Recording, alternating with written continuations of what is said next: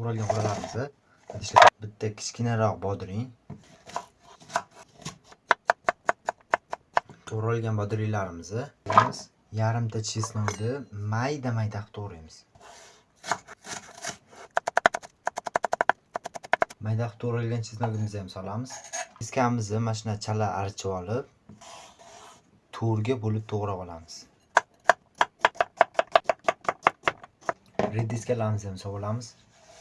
Xo'p, endi bunga ozgina achchiqroq paprika, tuz, ozroq murch, choy qoshiqda limon soki va choy qoshiqda zaytun yog'i. Endi buni tarelkaga solib olamiz.